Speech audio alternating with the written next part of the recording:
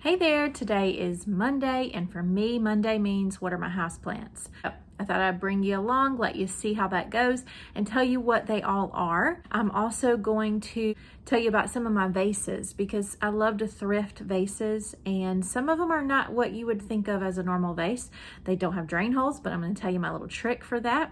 Oh, and at the end, I'll show you, maybe you'll notice as we go through that my houseplants are shiny and they don't look dusty and dull.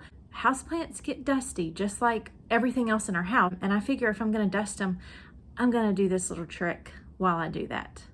So let's water the houseplants.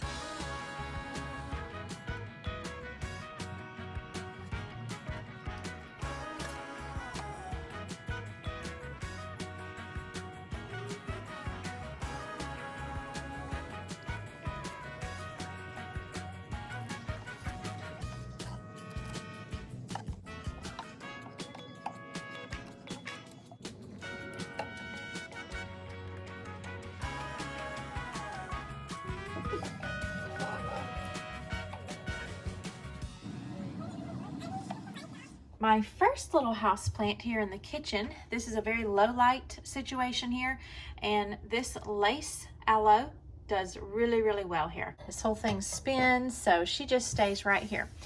This little creamer cup I found at Goodwill for $1, and I just put a rock in the bottom of it. So succulents don't get a lot of water anyway, so I just put a little drop or two in here.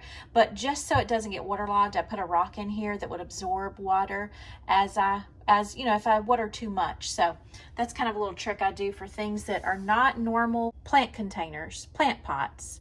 I actually crocheted this little basket, and that is holding a rubber plant. This is kind of a new plant for me. I'm not really sure I love it. I do love the ruby that kind of comes out on the edges here. So I'm giving that one a go. This is a succulent. It's called an urbina. An urbina. This is a part of the Leaf Joy program that's coming out soon by Proven Winners.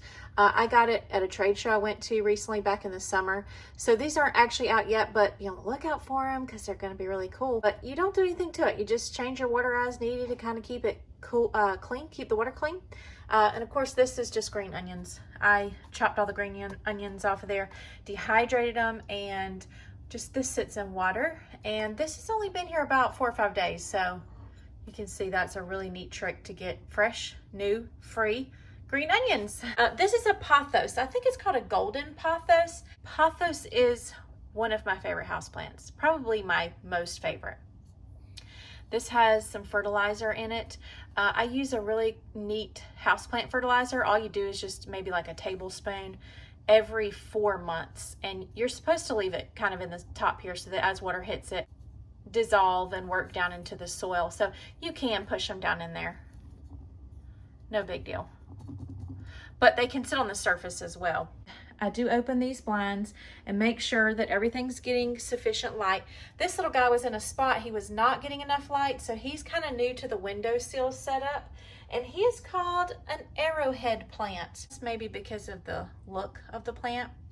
It does kind of look like an arrowhead. But the arrowhead plant, it does need more light. Interesting fact about the arrowhead houseplant, this is actually toxic. Every bit of this is toxic. So you wouldn't want to keep this where your pets, like a cat or a dog, could nibble on it, and certainly not your kids. On my dining room table, this spot actually changes a lot. Sometimes, most of the time, it's flowers, fresh cut flowers from the garden. But right now, I don't have a ton of flowers growing. Those are all kind of petering out. So I'm displaying, and you can see how shiny the leaf is. Okay, and this is actually called a prayer plant. This vase that it's in, this is actually, if you see on the back side, it's an old style crock, I think they would call these. But someone hand painted this, and this was at a thrift store for about $4. I mean, it is heavy duty, very nice, and I just couldn't resist it. So absolutely beautiful, and I love flowers, and look at all the pretty flowers. This is Rowdy's. I took him with me to a nursery recently, and I let him pick out his own little aloe plant. But this is just a little saucer cup that you would set under a pot to let water drain down. But I thought it'd be perfect for the aloe because it doesn't really need depth at all. And he actually put these two little guys in here. Super cute, and he really loves this. This is a really neat thing to do with your kids. Introduce them to plants. I mean, because there's nothing you need to do to keep an aloe alive. This thing never ever gets watered. It's usually in a low light situation. This is about all the light it gets. So he hangs out right there. This is in the corner of my dining room, and it's really just, I'm not sure its purpose. It's just a bunch of extras that didn't have a good place, and then some things that I'm propagating. This is an African violet. My mother-in-law, the mother plant was my mother-in-law's.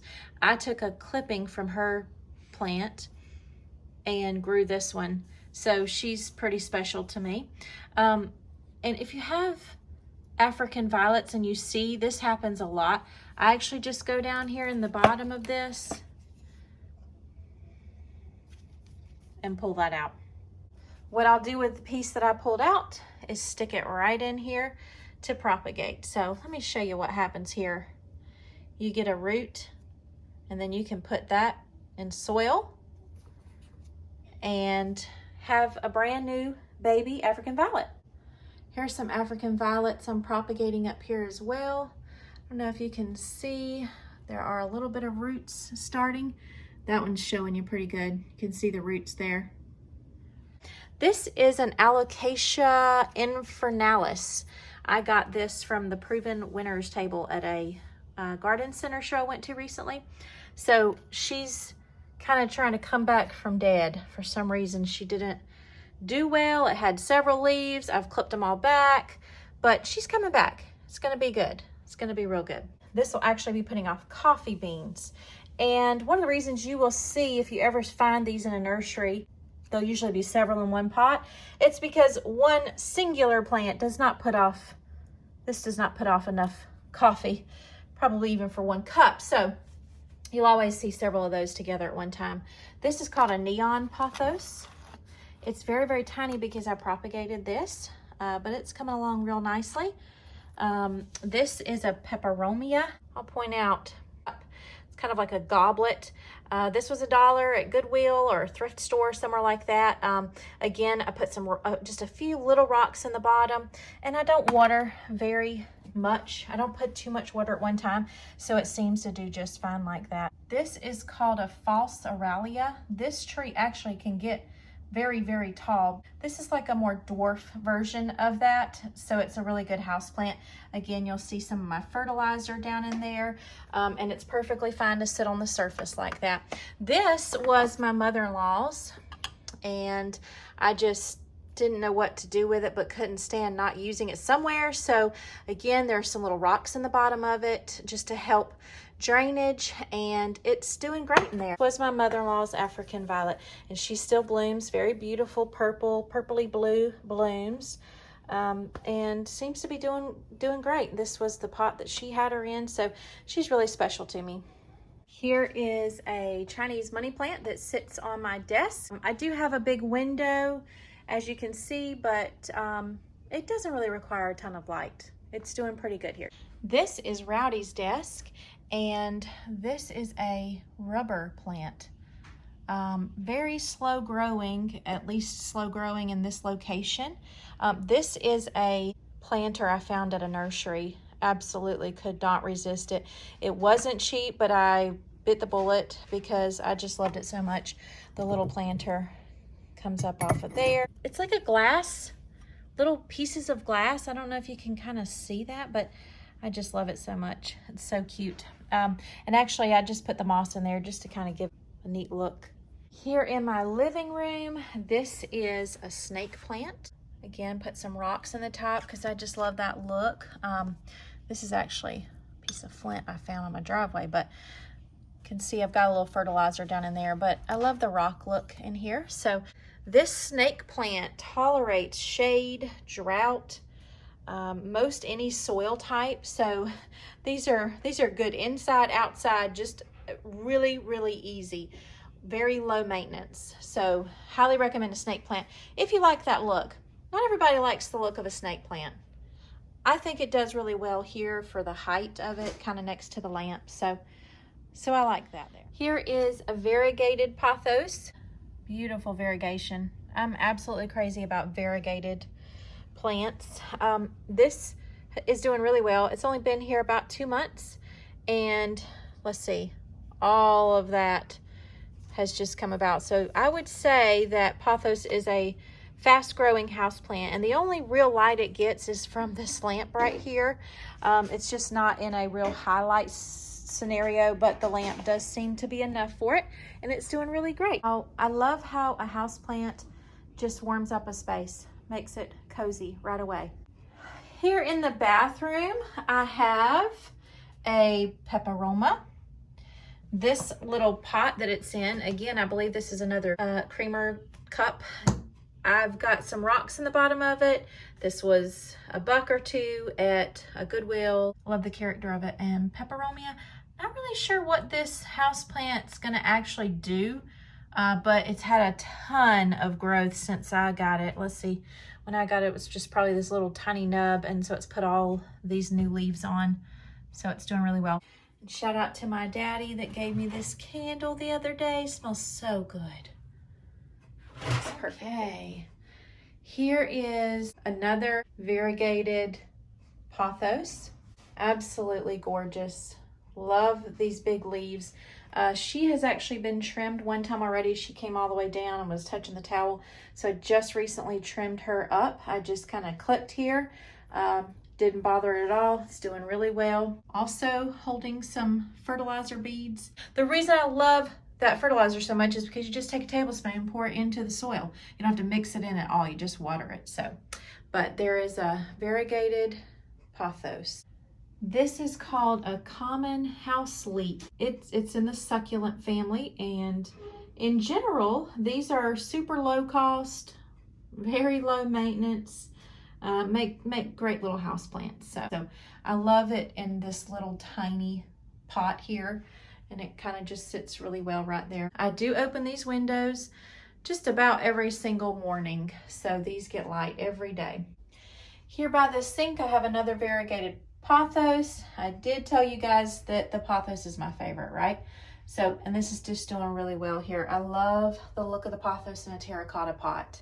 Over here on the back of the toilet, I have this little tub planter. It does have holes in the bottom of it. And this is very well draining soil because it's kind of rocky because of the succulent plant. So I'm really careful not to overwater these. So out here on my back porch, I've got another snake plant. As you can see, it's just doing so good out here. I didn't really love snake plants that much. I think I mentioned earlier about the look of them, and I was that person that didn't really love the look of them, but it's doing so great here. Love it.